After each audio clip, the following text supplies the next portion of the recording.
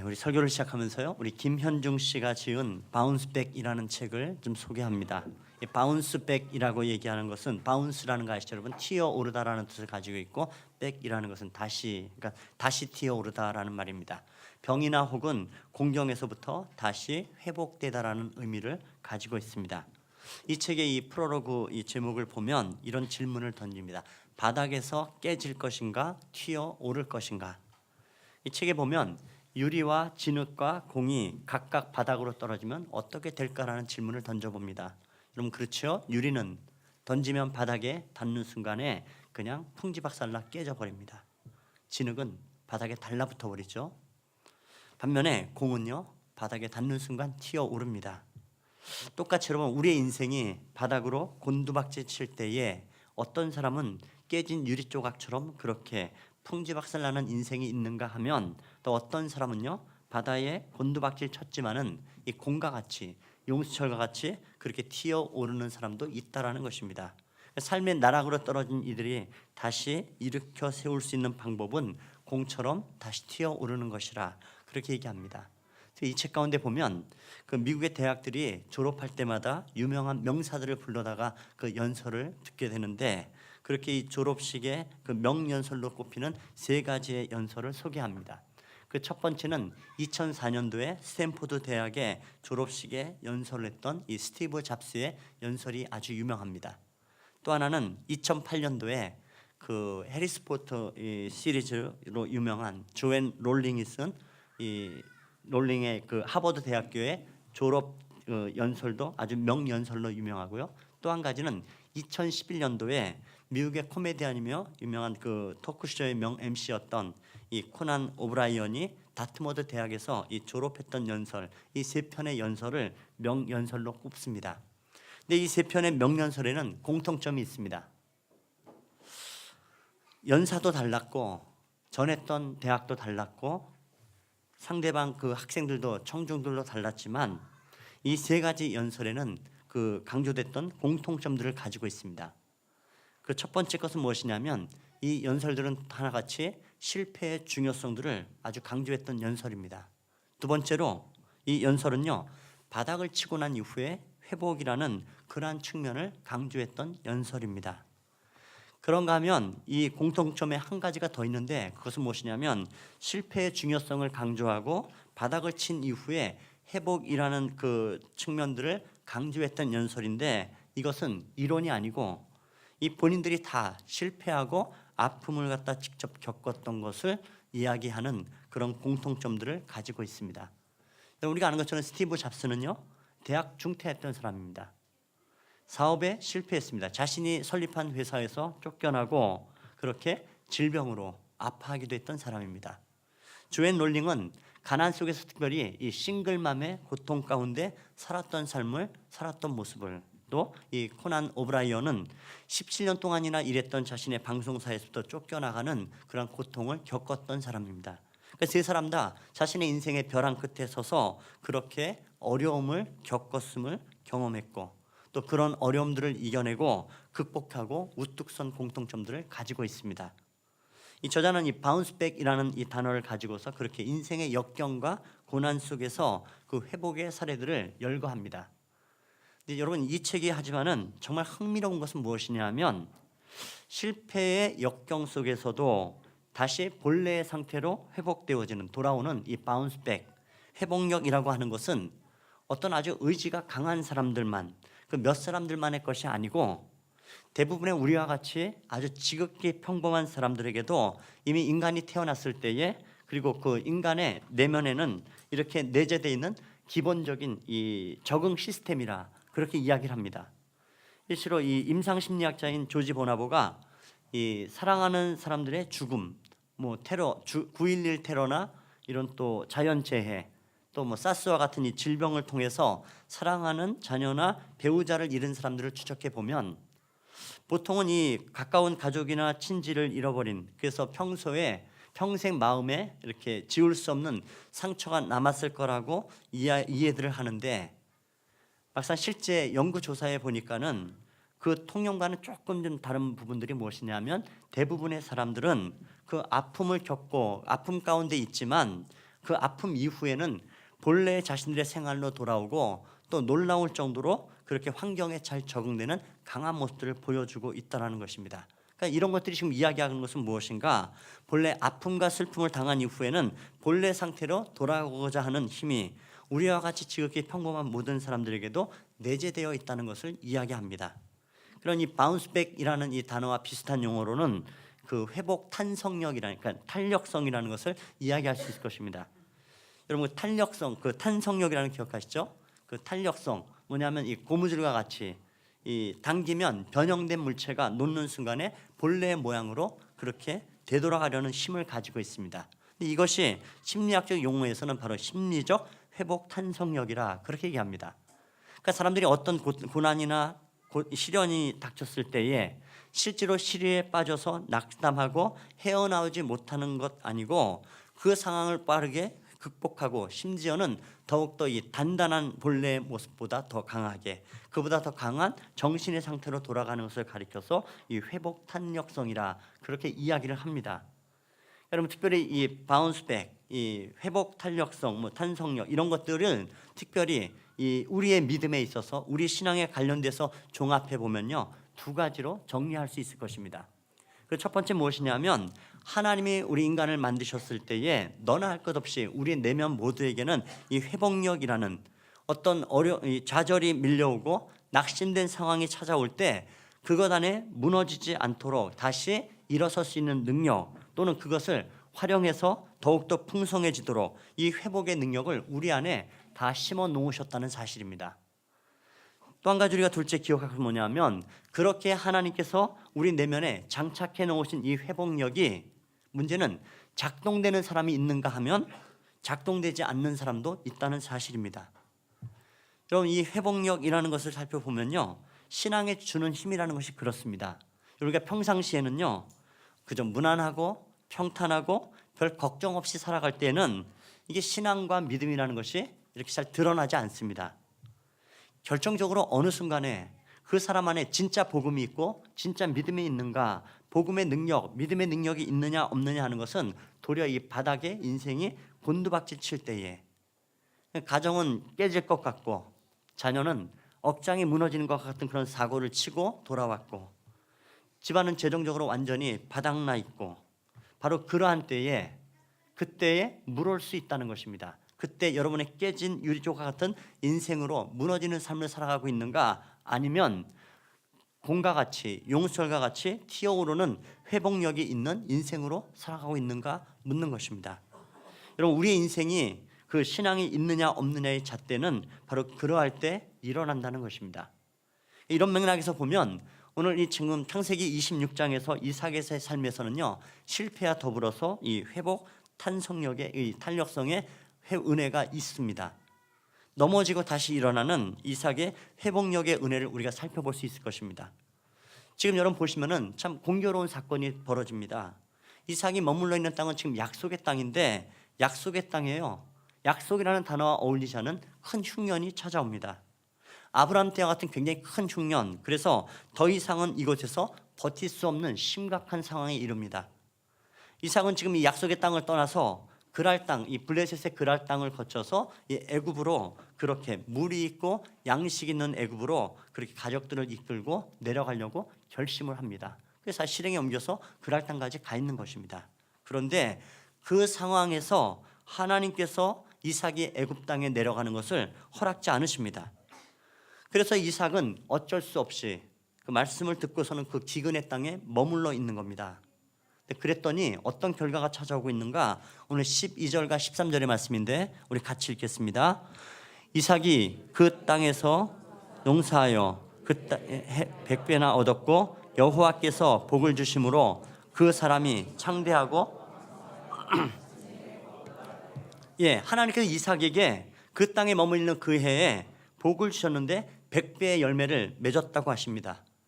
여러분 흉년이면 망해야 정상이죠. 흉년이면 모든 사람이 다 망하고 죽는 겁니다. 그런데 놀랍게도 이삭은 이 기근의 땅에서 흉년의 해에 농사하였는데 100배의 열매를 거두어 거부가 되었다고, 뭔가 앞뒤가 안 맞는 이야기를 오늘 우리에게 펼쳐 보이고 있습니다. 여러분, 우리가 요즘 살아가는 이 시대는요, 이구동성으로 이야기합니다. 힘들다, 죽겠다, 어렵다. 다 공감할 수 있을 것입니다. 사실 그렇죠, 여러분. 뉴스 보기 참 두렵습니다. 또 어떤 소식이 들려올까? 너무너무 힘든 시대를 우리가 살아가고 있는 것 사실입니다. 여러분, 지금 이삭에게 지금 닥쳐있는 이 상황도 그에게 너무 힘들고 어려운 겁니다.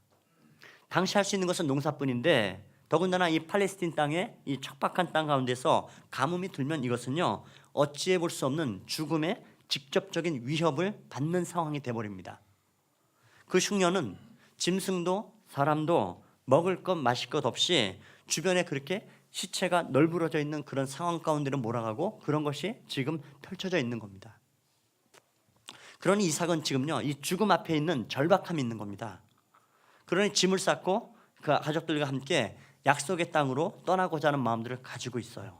그런데 바로 그 놀랍게도 절박한 상황 가운데서 떠나고자 했으나 하나님 말씀 하나 듣고 떠날 수 없는 그 척박한 땅에 말씀대로 약속대로 머물렀던 이삭에게 가뭄의 해에 씨를 뿌렸더니 100배의 소출을 거두고 그렇게 거부가 되었다고 성경이 증언하고 있습니다. 여러분, 우리는 단박에 물을 수밖에 없지요. 어떻게 이런 일들이 가능할까?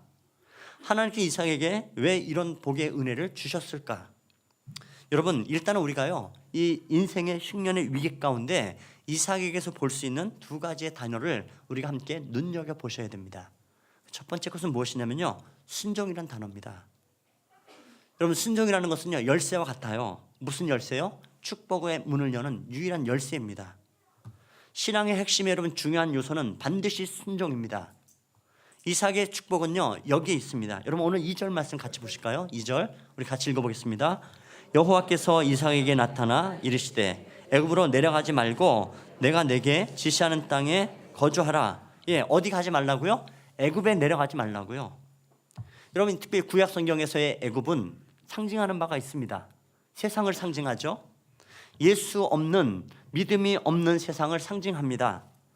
그런데 지금 말씀드린 대로 이삭이 지금 거하고 있는 약속의 땅 팔레스틴 땅, 이 땅은요, 비가 1년 내에 오는 것이 아닙니다. 1년에 비가 몇 차례 오지 않아요. 근데 그나마 이 비도 오지 않고 몇 년이 이게 지나버리면 흉년이, 아주 극심한 흉년이 드는데 지금 그러한 흉년 가운데 놓여져 있는 상황입니다. 반면에 참 아이러니하죠. 애굽은 세상인데 애굽에는 지금 양식이 있습니다. 나일강과 비옥한 땅을 통하여서 물이 넘쳐 있고 양식이 있단 말이에요. 그래서 이 세상인 애굽으로 이삭은 내려가려 하고 있었는데요, 멈춰버린 겁니다. 여러분, 제가 이런 말씀을 드리고 또 우리가 이 말씀을 보고 나면 우리 가운데 이런 질문들을 던져볼 수 있을 것입니다. 아니, 그러면 그냥 하나님 처음부터 약속의 땅, 이 가나안 땅에 흉년을 주지 않으셔야 되지 않았을까? 아니, 세상을 상징하는 애굽의 땅에는 흉년이 없는데 왜 도리어 하나님의 약속의 땅에는 흉년이 들고 이 사람들로 하여금 떠날 수밖에 없는 상황들을 그렇게 만들어 놓으셨을까? 이런 질문 던져볼 수 있을 것입니다. 여러분, 저도 그런 생각이 듭니다. 그런 질문을 던집니다. 실제로 그렇게 기도해 봅니다. 지금처럼 경제로 참 어려운 시절에 있을 때에 이런 기도해 보죠. 하나님, 정말 시대가 어렵고 힘듭니다. 경기가 바닥입니다. 근데 이럴 때 하나님, 다 안 돼도 믿음으로 살아가는 우리 상원 식구들은 잘 되게 해주십시오. 믿음으로 살려고 몸부림치는 식구들 하나님 보시잖아요. 하나님의 자녀들입니다. 이 사람들 하나님 축복의 문 열어주십시오. 그렇게 해주시면 정말 얼마나 좋을까요? 병원에 가면 여러분, 환자들이 참 넘칩니다. 목사가 신방 가서요, 안수하고 기도하고 벌떡 일어나면 저도 신날 것 같아요. 예수 믿는 기쁨이 있을 것 같아요. 여러분, 그렇게 해주시면 정말 얼마나 좋을까요? 우리 안에 그런 기대의 마음들이 있단 말이에요. 빚내서 사업장을 만들어서 정말 근데 자꾸 어려워요. 그럴 때 목사가 가서 함께 예배하고 기도하면 그 사업장이 불일 듯 일어나면 얼마나 좋을까요? 물론 가끔 그런 기도가 응답이 있긴 있습니다. 오늘 말씀처럼 가뭄에 콩나듯이. 근데 참 대부분 안 그래요. 참 힘듭니다. 가나안 땅에는 흉년을 안 주셔야 되는데 오히려 세상과 같은 이 애굽 땅에는 흉년이 있어야 하는데 약속의 땅에 흉년이 있습니다. 이것만큼 참 사람을 고민되게 하는 지금 상황이 없지요. 왜 이럴까요, 여러분? 여러분, 이 상황을 두고서는 일단 우리가 반드시 기억해야 될 것이 있습니다. 무엇이냐면 지금은 심판의 때가 아니라는 사실입니다. 지금은 구원의 때요, 은혜의 때입니다. 그렇지만 여러분 기억하십시오. 반드시 하나님의 심판의 때가 되는 그날은 믿는 자와 안 믿는 자를 극명하게 하나님께서 구별하실 것입니다. 여러분 출애굽 당시에 모세를 통해서 애굽 땅 전체에 10가지 재앙을 하나님이 정말로 막 퍼부으셨어요.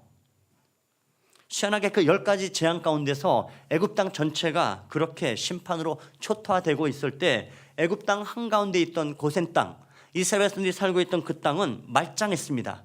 깨끗했어요. 피와 개구리와 이와 황충과 많은 이 재앙이 애굽 땅을 뒤덮고 있을 때에 피바다로 만들어진 그 고센 땅에는 그래도 멀쩡했습니다. 여러분 이건 단지 그냥 출애굽 당시에 그런 사건이 있었구나라고 이야기하고 있는 것이 아니고 이 성경은 더불어서 장차 하나님의 종말의 사건이 일어나게 될 이 예표적인 사건들을 우리에게 보여주고 있는 것입니다. 그날이 되면 극명하게 나타납니다. 그날이 되면 두 사람이 함께 밭을 갈다가 한 사람은 가고 한 사람은 남습니다.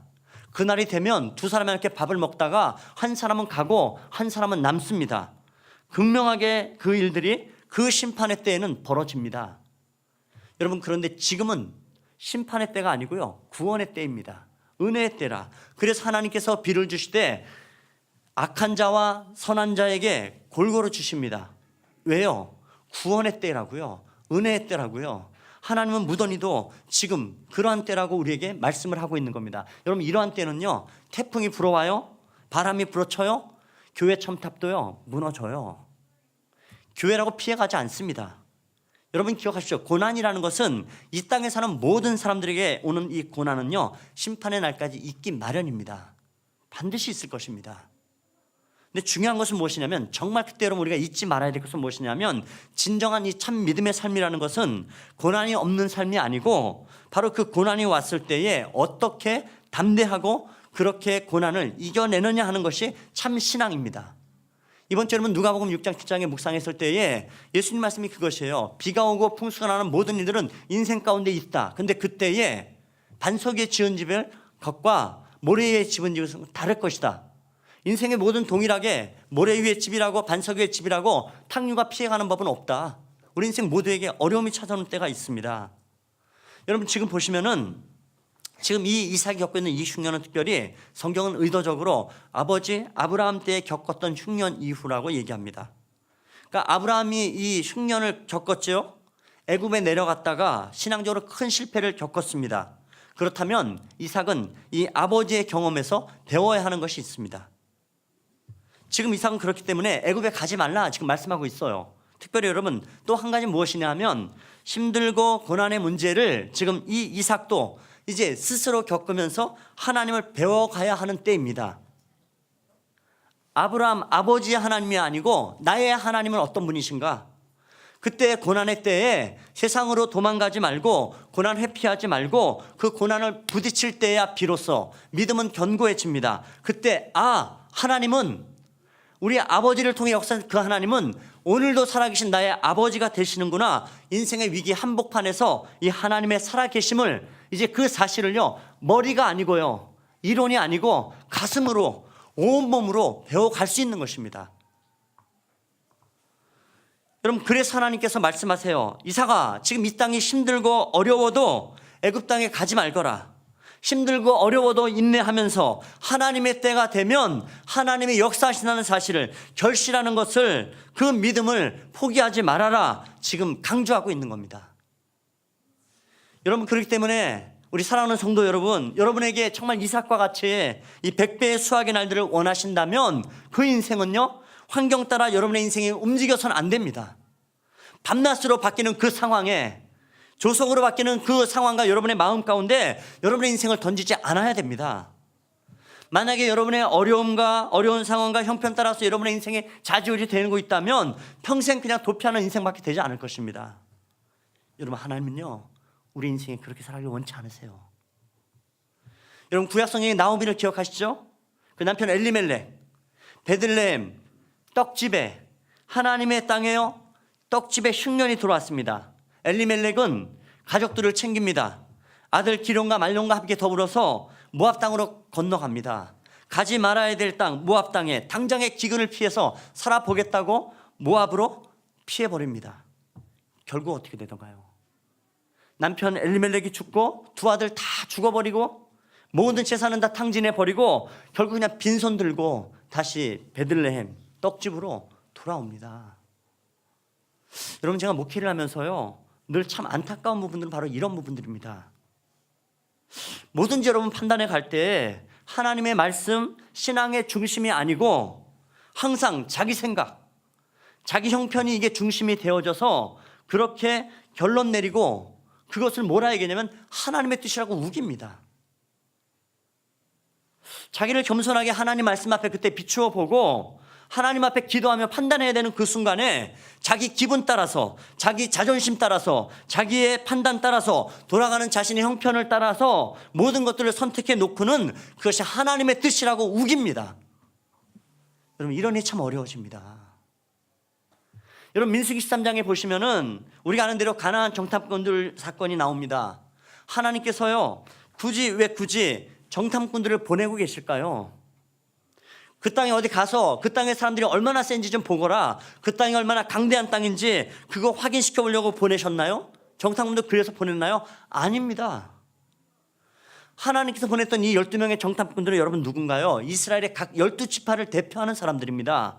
이 사람들은요 바로 그 이스라엘의 지도자 모세 곁에서 생생하게 그 출애굽했던 모든 가정 가운데서 하나님이 어떻게 은혜를 베푸셨는지, 어떻게 역사하셨는지, 하나님의 기적과 신비의 역사는 무엇이었는지 그것을 가장 가까이 두 눈으로 똑똑히 확인했던 사람들이에요. 목도했던 사람들입니다.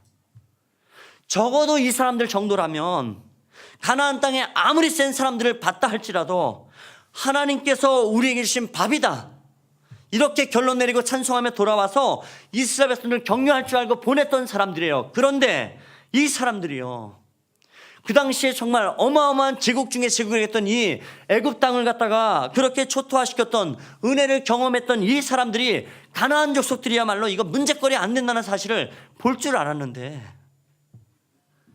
그랬던 그들이 돌아서는 이야기가 뭡니까?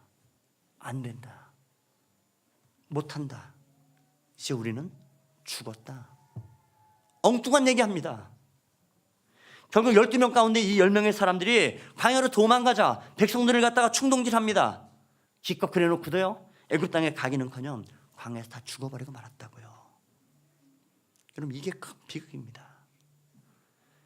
여러분, 우리 인생이요 너무 이렇게 환경 따라서, 상황 따라 여러분의 삶이 흔들리실 필요가 없는데요, 그것 때문에 여러분의 신앙이 밑둥치게 흔들릴 필요가 없는데요, 여러분 이 밑둥치의 신앙이 뽑히면서 비극이 있다는 사실을 여러분 기억하셔야 됩니다. 여러분, 이삭도 사람입니다. 지금 흉년을 봐요. 아니, 흉년을 겪고 있습니다. 사람이 죽어나갑니다. 짐승들이 죽어나가요. 걱정되지요. 흉년에 떠나려고 짐들을 쌉니다. 그런데요 하나님께서 말씀하세요. 멈춰라, 애굽으로 가지 말아라, 내가 약속한 이 땅 벗어나지 말아라. 그 말씀 듣고요 순종했습니다. 그 말씀 가운데 순종했더니 하나님께서요 어려움 중에 100배의 거부가 되었다고 말씀하고 있습니다. 여러분, 하나님 앞에 이 복을 받는 것은요 내가 끝까지 하나님의 중심으로, 신앙의 중심으로, 말씀의 중심으로 내가 선택했을 때에, 순종했을 때에 그때만이 누릴 수 있다는 은혜님을 기억하셔야 됩니다. 내 머리로 알 때가 아니고요 순종할 때요 여러분 반드시 기억하셔야 됩니다. 여러분, 두 번째로 오늘 이삭을 통해서 기억해야 될 단어는 부모 신앙입니다. 여러분, 오늘 3절로 5절의 말씀 우리 같이 한번 읽어보십시다. 3절로 5절입니다. 이 땅에 거류하면 내가 너와 함께 있어 내가 내 아버지 아브라함에게 맹세한 것을 이루어 내 자손을 하늘의 별과 같이 번성하게 하며 이 모든 땅을 내 자손에게 주리니 내 자손으로 말미암아 천하 만민이 복을 받으리라. 이는 아브라함이 내 말을 순종하고 내 명령과 내 계명과 내 율례와 내 법도를 지켰음이라 하시니라. 여러분, 무슨 말이에요? 지금 이삭이 누구 때문에 100배의 복을 받았다고요? 아버지 아브라함 때문에요. 여러분, 이거 반드시 기억하셔야 됩니다. 여러분, 제발 신앙생활 대충 하지 마십시오. 여러분, 이삭의 복은 아브라함의 복에 흘러간 복입니다. 은혜의 복이었음을 반드시 기억하십시오. 부모인 내 신앙은 복과 화의 근원이 됩니다. 이것이 언약의 복입니다.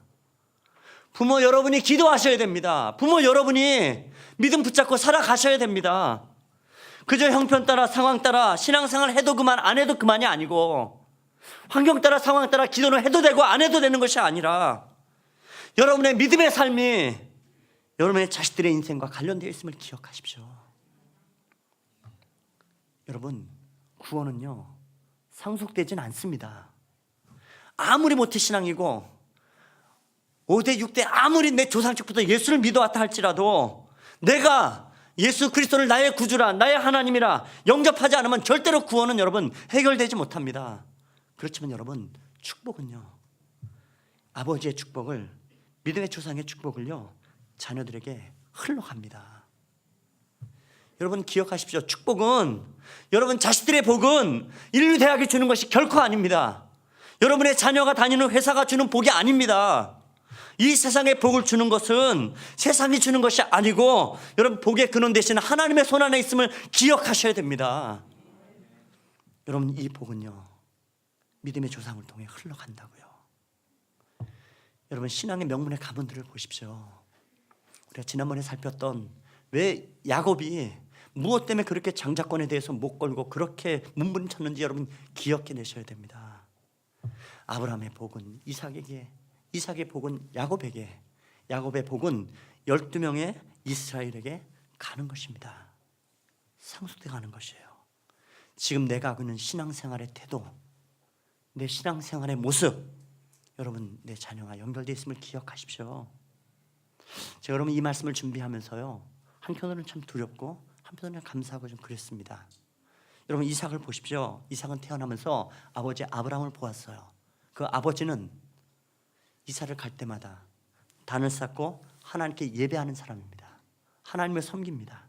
더군다나 충격에 몰아넣었던 것은, 이삭이 청년의 때에 어느 날 모리아산으로 가서 아들을 번제로 드리라, 그 말씀 앞에 아무런 군소리 없이 그 아버지가 아들과 함께 장작더미와 종들과 나귀를 끌고 새벽같이 나가서 아들을 위해 칼을 듭니다. 아들을 향해 칼을 듭니다. 그 철저한 아버지의 순종을 보고 배운 사람이 바로 이삭입니다. 그래서 그 이삭은 자기도 하나님께 순종합니다. 그 이삭은 하나님 말씀 앞에 멈춰 섭니다. 이복형 이스마엘은 자기 마음대로 결혼해도 이삭은 나이 40이 되도록 부모가 짝지어주는 신앙의 짝을 만날 때까지 기다리는 순종의 사람입니다. 그 사람이 지금 인생의 흉년과 기근이 찾아오는 그때에, 상황과 환경 보고 있는 그때에 하나님 말씀이 들려오자 멈춰섰습니다. 정말 잘했지요. 그런데 문제는요, 그 아버지가 2번씩이나 생명이 위태롭다고 자기의 부인을 누이로 속이는 사건이 문제였습니다. 여러분, 참 희한하게 이 사건은요 이삭이 직접 본 적이 없어요. 이삭이 태어나기 전에 일어났던 일들입니다. 그런데 너무 자연스럽죠. 아버지 본 것 그대로 하는 것처럼 따라 행합니다. 이게 참 무섭고 두려워요. 여러분, 아버지가 바람 피우고 할아버지가 바람 피우면 자식도 꼭 그래요. 아버지가 알코올이면 자신 그게 그렇게 싫어하고 이를 갈면서도요 참 희한하게 똑같이 또 알코올 중독됩니다. 안 가르쳐도 해요. 이거 뭐랍니까 여러분? 집안 내력이라 하죠. 집안 내력. 어떤 집에서요 어린 꼬마가요 이 색종이랑 종이를 놓고 이렇게 가위질을 합니다. 그런데 애가요 가위질 할 때는 평소에 멀쩡한데 가위질만 하면 이렇게 입이 돌아가요. 가위 쫓아서 이러고 돌아갑니다. 할아버지가 가위질하는 손주를 가만 보더니, 아무개야 내가 도와줄까? 예, 할아버지 도와주세요. 할아버지하고 손주하고 앉아서 가위질 하는데요 똑같이 입이 이렇게 돌아갑니다. 가위질을 하면서. 아버지가, 그 아들이 그 모습, 할아버지와 손주가 앉아서 가위질하는 모습을 보는데 참 입이 돌아가기 싫어요.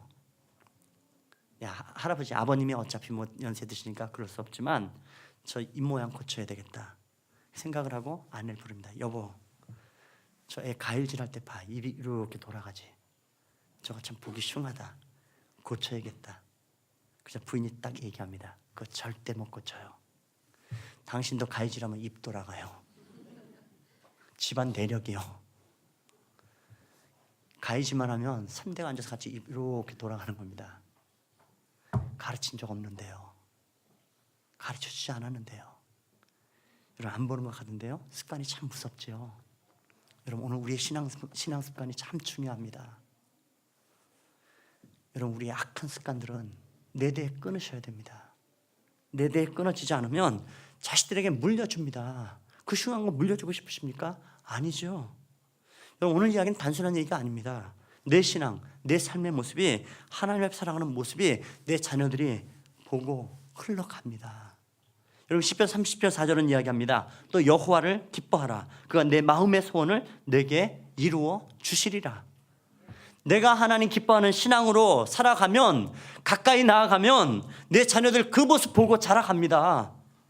부모가 할 일이 무엇일까 여러분? 모범의 신앙으로 살아가셔야 됩니다. 말 함부로 하는 인생 되지 마십시오 여러분. 신앙생활하는 모습, 예배하는 모습, 기도하는 모습 여러분의 자식들의 눈에 고스란히 담깁니다. 여러분의 자식들의 귀에 고스란히 들려옵니다. 예배하는 모습, 기도하는 습관, 주님 앞에 헌신하는 모습, 영혼을 섬기는 모습, 교회를 섬기는 모습, 여러분 이 습관들이 얼마나 중요한지 모릅니다. 자식들에게 흘러갑니다. 여러분 자식들에게 어떤 신앙 유산을 물려주기 원하시나요? 유명한 그 록펠러의 어머니의 그 유언이 있죠. 10가지 계명들을 주었습니다. 하나님의 축복은, 세상의 복은 하나님이 주신다. 그거 하나 남겼습니다. 그러면서 얘기해요. 하나님은 친아버지로 섬기며 살아가거라. 주일 성수하거라. 어떤 일이 있어도 주일 범하는 일 없도록 하라. 예배할 때는 항상 앞에 앉거라. 앞에서 예배하는 사람 복될 줄로 믿습니다. 우리 교회 앞은 이 자리부터 저 자리까지입니다. 네, 여러분 11조 철저히 드리거라. 여러분 록펠러 재단하는 11조를 계산하는 부서가 따로 있었대요. 여러분 우리 월급만 타도 보너스 조금 얹어줘도 벌벌벌 떨지요. 여러분 언제까지 그리고 사실 건가요? 여러분 세계적 부자는 그렇게 11조 따로 계산하는 부서가 있는데요. 어머니 쪽부터 물려받은 그 신앙의 유산이 있는데요. 여러분 뭘 물려주실 겁니까? 오늘 아브라함의 그 축복과 그 은혜는 이삭에게 흘러가고 있음을 기억하셔야 됩니다. 반드시 기억하셔야 됩니다. 여러분 또 하나 우리가 봐야 될 것은 무엇이냐 하면 이삭의 회복의 은혜에는요 수치를 딛고 하나님 앞에 나아가는 것입니다. 이게 사실 중요합니다. 여러분 이삭은 그렇게 해서 머물러 있는 이 블레셋 땅에 아버지처럼 죽음에 대한 두려움 가운데 아내를 누이라 속입니다. 여러분 나그네의 삶은 안정성이 보장되어 있지 않은 삶이죠. 이삭은 그 땅 가서 갑자기 불안한 겁니다. 두려움이 밀려와요. 자기 아내가 이쁘대요. 궁금해요. 도대체 이 집안은 왜 아내들이 다 이쁜가? 근데 이게 주관적인 건 착각인지 잘 모르겠어요. 그런데 그로 인하여서 블레셋 사람들이 자신을 죽일까 봐 두려워했대요. 그래서 아내를 누이라 속였답니다. 결국 여러분 두려움은요 부정적 상상을 낳아요. 9절에 얘기합니다. 아비멜렉이 너 우리에게 가서 왜 이렇게 속이고 왜 그런 일 저질렀느냐? 그 뭐라 얘기합니까? 내 생각에는 그로 말미암아 내가 죽게 될까 두려워하였습니다. 여러분 두려워하면 이상한 상상을 하게 돼요. 두려워하면 이상한 생각과 이상한 행동합니다. 여러분 사단은 우리로 하여금 두려움 가운데 사로잡히고 무력해지고 무너지길 원해요. 두려움 가운데 빠지면 바른 판단력들을 잃어버립니다. 두려움은요 여러분 엉뚱한 일을 갖다 저지르게 만들어버리고 말아요. 그래도 오늘 다행인 것은 뭐냐 하면 아버지 아브라함 때처럼 그래서 아내를 빼앗긴 일은 아니었고 하나님의 정말 은혜지요. 아비멜렉 통해서 그 일이 그냥 만천하에 드러나게 했어요. 블레셋 땅에서 이것이 큰 수치가 되었습니다. 가장 쉽게 얘기하면 개망신 당한 거예요 지금.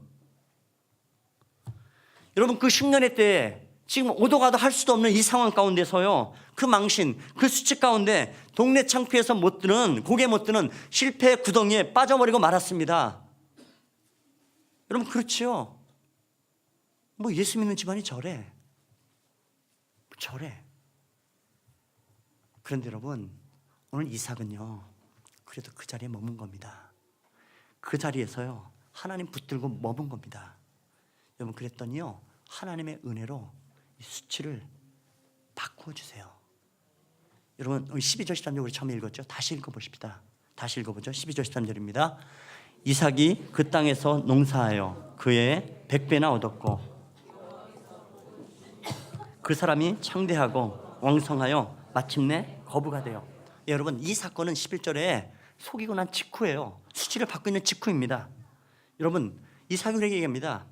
그 땅에서 농사하여, 수치의 땅에, 부끄러움의 땅이었는데 그 자리에 도망하지 아니하고 하나님 붙잡고 머물면 수치의 땅은요 회복의 땅으로 바꾸십니다. 누가요? 하나님이요. 하나님께서 회복해 하십니다. 여러분 그래서 우리는요 도망치는 인생 여러분 살아서는 안 됩니다. 하나님은 우리론 수치를 딛고 하나님 앞에 나아가면 하나님은 우리의 삶을요 채워주십니다. 누가요? 하나님이 말이에요. 약점과 상처를 가진 사람은 숨으려 들지요. 하지만 여러분 이삭처럼 우리에게 아픔이 있고 상처가 있고 실패가 있고 그렇게 있는 그 자리 여러분 그 앞에 하나님 붙잡고 그 자리에 머물러 계시면 그 땅에 있으면 하나님께서 복되게 하십니다. 하나님이 바꾸세요. 그 수치의 땅에서 100배의 복을 주세요.